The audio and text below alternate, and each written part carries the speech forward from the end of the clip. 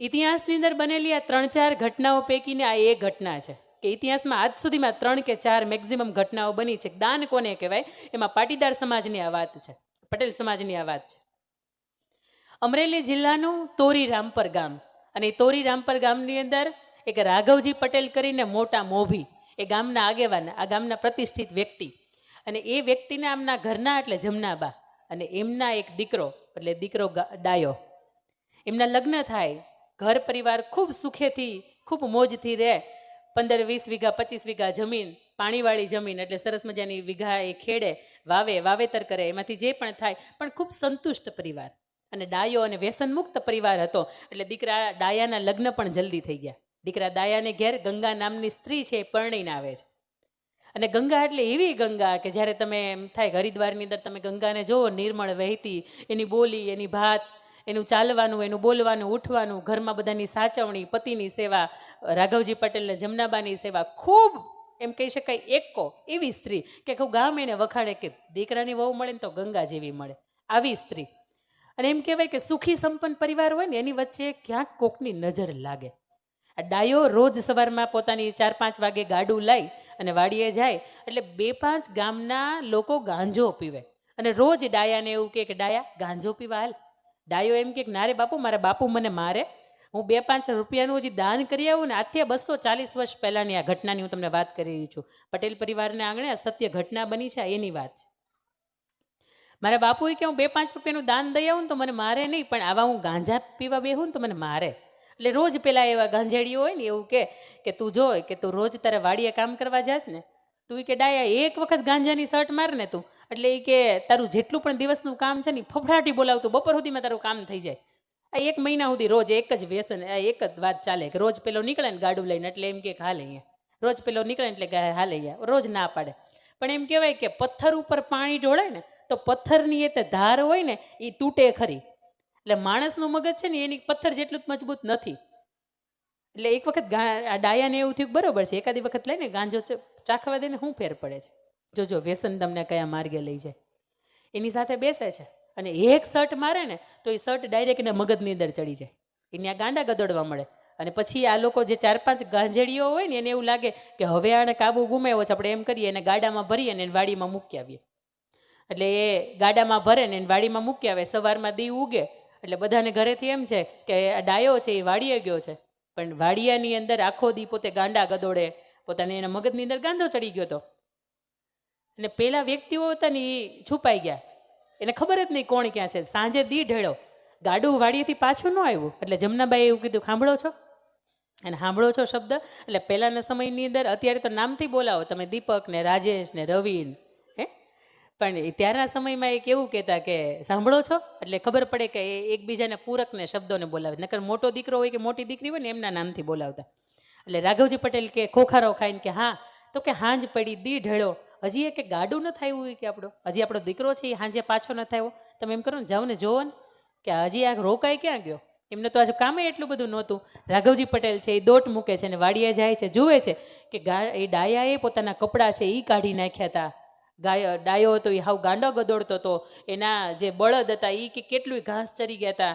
અને હાવ આમ તમે જોઈ શકો કે આવો દીકરો, આવો સંસ્કારી, આવો પરિવાર, અને આજે કેમ આને આવું થઈ ગયું. એટલે પોતે 17 વળની જે પાઘડી માથે ચડાવી હતી એની પહેલી વખત એ આખી એના વળ છે એ ખોલે છે, અને એ 17 વળની જે પાઘડી હતી એનાથી એનું શરીર વીટે છે, એને ગાડામાં બેહાડીને ઘરે લઈ આવે છે, એને હાચવે છે, એને દવાઓ કરે છે, એને દોરા ધાગા કરે, કેટલી માનતાઓ કરે કે મારા દીકરાને અચાનક શું થઈ ગયું.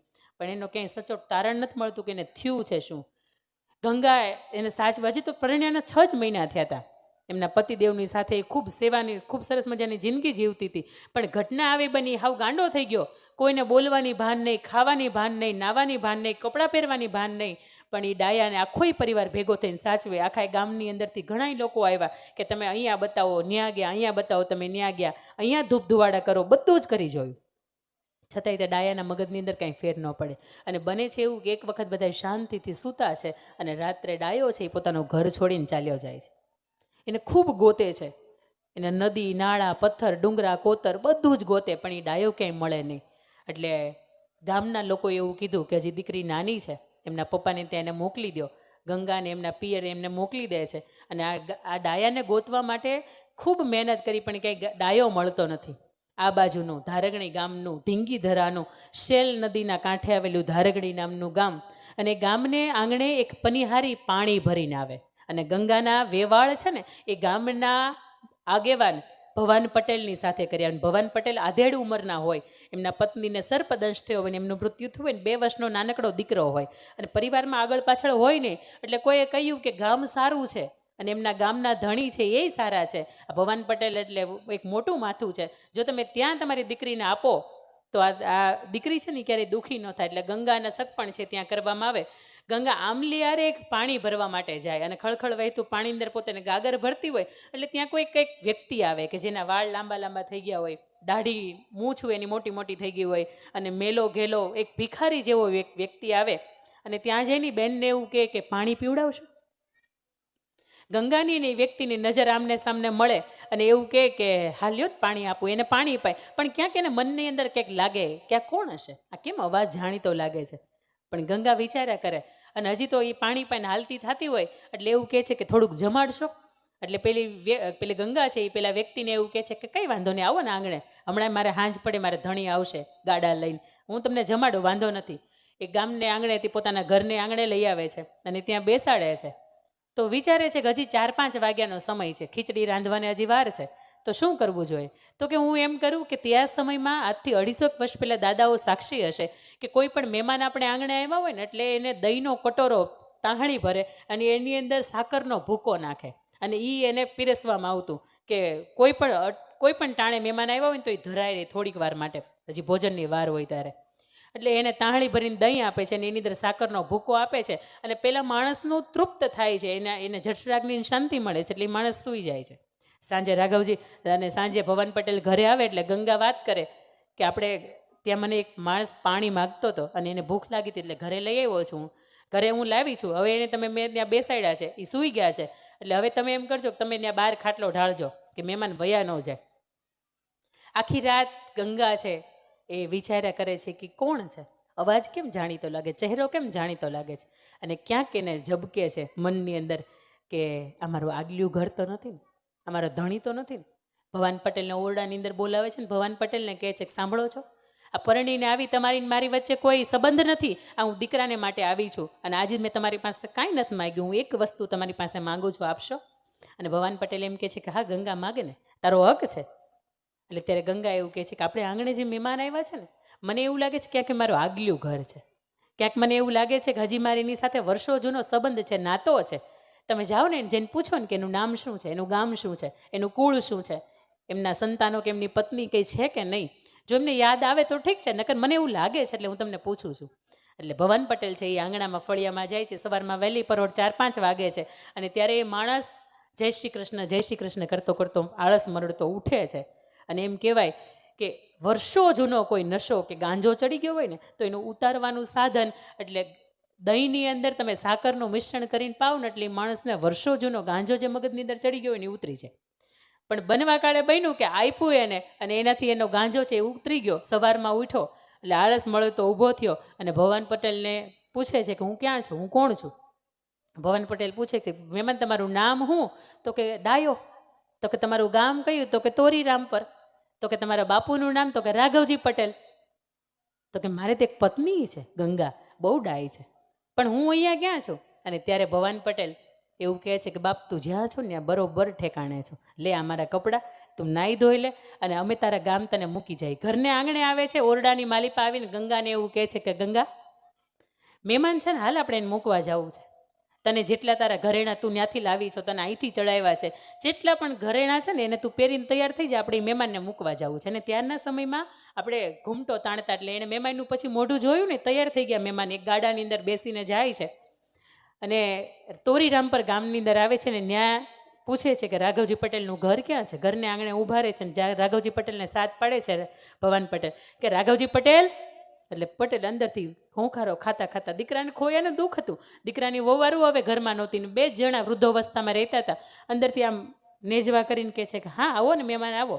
અને પછી એનો જો દીકરો ડાયો છે એને લઈને જાય છે એટલે બાપ દીકરાનો ભેટો કરાવે છે. અદ્રશ્ય અકલ્પનીય એક એ દ્રશ્ય છે આખું ઊભું થાય છે કે વર્ષોથી દીકરા તું ક્યાં હતો, અમે તારી કેટલી રાહ જોઈ, અમે તો તને એવું માંડી વાળ્યું હતું કે અમે તું કદાચ ક્યાંક મરી ગયો છો, પણ છતાંય તો અત્યારે અમને દીકરા મળ્યાનો આનંદ છે. એટલે રાઘવજી પટેલ એવું કહે છે કે ભવાન પટેલ એકલા આવ્યા છો, મારે બેનને નથી લાવ્યા? એટલે કે લાવ્યા છીએ, પણ હવે અમારી બેન નથી, હવે તમારી વહુવારું છે. અને એ ગંગાનો હાથ છે એ ડાયાના હાથની અંદર સોંપી દે છે. અને રાઘવજી પટેલના ફળિયાની અંદર એવું કહે છે કે હવે તમે તમારું ખરેખર ખરું ઠેકાણું છે ને ગંગા, આપણી વચ્ચે કોઈ સંબંધ નથી, તું દીકરાને હાચવવા માટે અહીંયા આવી હતી, તો આ ખરો તારું ઠેકાણું છે ને અહીંયા છે. એટલે ત્યારે ગંગા એવું કહે છે કે ભવાન પટેલ, તમે તમારા મારે ઘરને આંગણેથી અહીંયા મૂકી ગયા, મને વાંધોય નથી, પણ મારે તમને એટલું પૂછવા છે કે તમારું પાણીયારું, તમારી ભેંસ, તમારી ગાય, તમારું ઘરનું આંગણું, તમારું બળદ, આ બધું જ પૂછશે કે ઘરની દીકરી હોય ને એને વળાવાય, પણ તમે વહુવારું ક્યાં મૂકીને આવ્યા? તો કે ત્યારે ભવાન પટેલ એવું કહે છે કે કંઈ વાંધો નહીં, વર્ષો પછી જ્યારે હું અહીંથી નીકળીશ ને તમારા દીકરાઓ જ્યારે અહીંયા સરસ મજાના રમતા હશે ખેતર ત્યારે મને અંદરથી રાજીપો થશે કે મેં બાપ મારી જાતને છેતરી નથી. અને જ્યારે ભવાન પટેલ એમને મૂકીને ધારગણી ગામના ગાડેથી પાછા આવતા હોય ત્યારે એમ કહેવાય કે સાંજનું ટાણું હતું અને ત્યાં પણ લક્ષ્મીનારાયણ દેવને મંદિર ઉપરની જે ધજા છે એ ફડક ફડક ફરક ફરક કરતી એને સલામો ભરતી હતી કે પાટીદાર સમાજને ઉજળું કરતું તે ખૂબ મજાનું કામ કર્યું છે. અને મારે એ વાત કરવી છે કે ભવાન પટેલના 2 વર્ષના દીકરા હતા નરસિંહભાઈ. ભવાન પટેલ મોટા થયા એટલે દીકરો એની જાતે મોટો થયો. એમને સંતાનની અંદર રણછોડભાઈ, એમના દીકરાનું નામ છગનભાઈ, એમના દીકરાનું નામ રાજેશભાઈ અને એમની દીકરી હું. એટલે ખાનદાનીની ખુમારી વેચાતી ન મળે, એને તમે કિલો 2 કિલોમાં તમે ન લઈ શકો. આ સંસ્કાર આપણા લોહીની અંદર હોય. આ સમાજ જેની વચ્ચે જ્યારે આવી 2-4 ઘટનાઓ આપણે પાટીદાર સમાજના નામે હોય અને તમે એ કુળની અંદરથી આવતા હોય ત્યારે ગર્વ થાય કે લોકોએ એની પત્નીના દાને આપી દીધા હતા. સાહેબ, તો આપણને તો ભગવાને લાખ, 2 લાખ, 5 લાખ કે કરોડની સંપત્તિ આપી છે. આવા સમાજ હિતના અને ધર્મ હિતના કામ થતા હોય ને ત્યારે એક પણ જાતની પાછી પાની કર્યા વગર ના આપી દેજો, કારણ કે આપવામાં જે મજા છે ને એ ભેગું કરવામાં મજા નથી. ને એવું આપણને પાટીદાર સમાજના મોભી એટલે સરદાર વલ્લભભાઈ પટેલ શીખવાડીને ગયા. અને એનાથી વિશેષ મારે જ્યારે પરિવાર અહીંયા ઉપસ્થિત છે ને ત્યારે મારે એક વાત કરવી છે. મારા સારા મિત્ર છે મનીષભાઈ વઘાસિયા, સુરતની અંદર, કદાચ આપણે પણ નામ સાંભળ્યું છે. એમનું પણ ખૂબ સરસ મજાનું પ્રેરણાત્મક વક્તવ્ય છે એમનું હોય છે. એ ખૂબ સરસ મજાની એક વાત કરે કે એક વખત 5 આંગળીઓની વચ્ચે લડાઈ થઈ કે મોટું કોણ. અંગૂઠો કે હું મોટો, આ આંગળી કે હું મોટી, આ આંગળી સૌથી મોટી એટલે એ કે હું, આ કે હું, આ કે હું. પણ લડાઈ થઈ એટલે અંગૂઠો એમ કે સાંભળો મને. હું આમ કોઈકને થંબ કરું ને તો કોઈ માણસ હાલતો હોય ને તો એને પ્રેરણા ને પ્રોત્સાહન મળે કે અરે વાહ મને કોઈક બેસ્ટ ઓફ લગ કીધું. કોઈક માણસ સારું કામ કરતો હોય ને હું એમ કહું ને આમાં એટલે કે ટાઈ ફિશ થઈ ગઈ, માણસને એમને મૂંઝારો થઈ જાય એટલે કે હું મોટો. અને કોકના ઉપર હું સિક્કો કરું ને તો કે દસ્તાવેજની અંદર નામે બદલી નાખું, એટલે મારાથી મોટું કોઈ નહીં. એટલે આ આંગળી એમ કે ભાઈ 5 વર્ષે મતદાન આવે, હું દેશનો રાજા છે ને એને મારે નિમવો કે નહીં એનાથી હું નક્કી કરું. તો મતદાન દેવા જાઉં ત્યારે આ આંગળી હોય ને એની અંદર મતદાનની વલી લીટી મારી દઈ તમને, એટલે કે હું નક્કી કરું દેશનો રાજા કોણ. એટલે આ ત્રીજી આંગળી એમ કે ભાઈ તમે સાઈઝ જોવો, આમાં સૌથી મોટી છે ને કે હું છું, એટલે દેખાવે હું મોટી છું એટલે હું મોટી કહેવાય. તો આ આંગળી એવું કે રાજા તો તમે બનાવી દીધો પણ હું એને રાજ તિલક જ ન કરું તો એનું આગળનું કામકાજ કેમ શપથવિધિ ચાલુ ન થાય. તો હમણાં દેવેન્દ્ર ફડણવીસ છે ને બેના ને, તો કે એનું આગળની શરૂઆત જ ન થઈ શકે.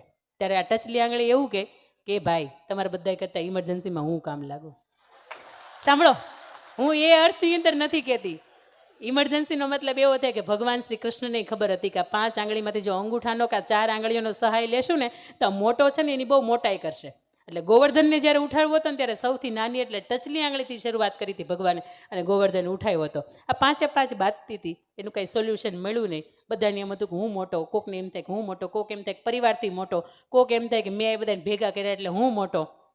એ 5 આંગળી બાતતી એક 5 વડવાઓ બેઠા હતા ને ગામના, એની પાસે ગઈ, ચોરા પાસે, અને ન્યા જઈને કીધું કે હવે તમે સમાધાન આપો 5માંથી મોટું કોણ. કે હું મોટી અમારે 5 ને બાંધવાનું થાય છે. અને તેથી વડવાઓએ એવું કીધું હતું કે 5 ભેગા થઈ જાય ને આવી રીતે ગ્લાસ પકડો ને તો કોક તરસ્યા ને તમે પાણી પાઈ શકો, ભેગા રહ્યો. 5 તમે અંગૂઠા આગળના ટેરવા છે એ તમે ભેગા થાવ ને કોકને બટકું ખવડાવો ને તો કોક માણાની ભૂખ છે ને એ ભાંગી જાય. 5 તમે ભેગા થઈને કોકને રામ રામ કરો ને તો સંબંધના કેટલાય સગપણની શરૂઆત થઈ જાય. તમે 5 ભેગા થાવ ને કોકના ખભા ઉપર આમાં વાહ ઉપર આમ તમે શાબાશી આપો ને થાબડો ને કોકનો વાહો, તે માણસ ભાંગી ગયો હોય ને તો ઊભો થઈ જાય. અને આ 5 ભેગા થઈને કોકને તમે મૂકો મારો ને તો કોકનો ભૂકો બની જાય. સાહેબ, ભેગું રહેવામાં, ભેગું ખાવામાં, ભેગું હુવામાં, ભેગું જીવવામાં ને ભેગું આખી દુનિયાને બતાવવામાં મજા છે. પણ જ્યારે પરિવાર આજે ધીરે ધીરે જુદો થઈ રહ્યો છે, પરિવારની ભાવના જ્યારે તમારા અને મારા મનની અંદરથી ક્યાંક થોડી થોડી ઓછી થઈ રહી છે, અને આજે પરિવારની વાતો મારા માટે એટલા માટે જ થાય છે કે લગ્ન થયા ને એના 11 વર્ષ થયા, અને 11 વર્ષથી હું પણ 10 વ્યક્તિના પરિવારની વચ્ચે રહું છું. એમાં 3 બાળકો છે, 5-7 જણા મોટા, એમાંથી એક મારા ફઈજી સાસુ મારી સાથે રહે છે, એ માનસિક દિવ્યાંગ છે, એમનું 20% જ મગજ કામ કરે છે, અને છતાંય અમે 10 જણા છીએ, અને છેલ્લા 11 વર્ષથી એક પણ જાતના ટાંકણી મારા ઘરે પડે ને તો અવાજ આવે. આટલો સંપ છે, આટલું સંગઠન છે, અને એ હોય, એ જીવાતું હોય, એ આચરણમાં હોય ને તો જ ભેગું થઈને બોલાય, મંચ ઉપર તમારી સમક્ષ બોલી શકાય કે ભેગું રહેવામાં મજા છે. અને આજે 4.5 વર્ષની મારી 2 જુડવા દીકરીઓ છે. તમને ખબર હશે કે તમારા દીકરાઓને સંતાનને ઘરે છોડીને જવું હોય ને તો નીકળાય નહીં. ઘણાની કારકિર્દી પતી ગઈ છે, ડૉક્ટર હોય, એન્જિનિયર હોય, વકીલ હોય, ઘરે નાનું સંતાનનો જન્મ થાય ને એટલે તમે બધું ભૂલી જાઓ, કરિયરની ઉપર મીંડું વળાય જાય. પણ કહેતા આનંદ છે કે 4.5 વર્ષની દીકરીઓને આજે ઘરે છોડીને આવવું હોય ને તો અંદરથી ઘડી કેમ થાય કે દીકરીઓથી થોડાક દૂર જાય છે, પણ અંદરથી એવોય ધરપત હોય કે નહીં, આપણી જગ્યાએ આપણા સાસુ સસરા બેઠા છે ને એ સંભાળી લેશે. અને જે ઘરની અંદર આવા મોભીઓ બેઠા છે ને એ જ તે ઘરના જેટલા પણ નાના, જે આપણી જનરેશન કહી શકાય ને, એ ઘરની બહાર જઈને એનું કામ કરી શકે.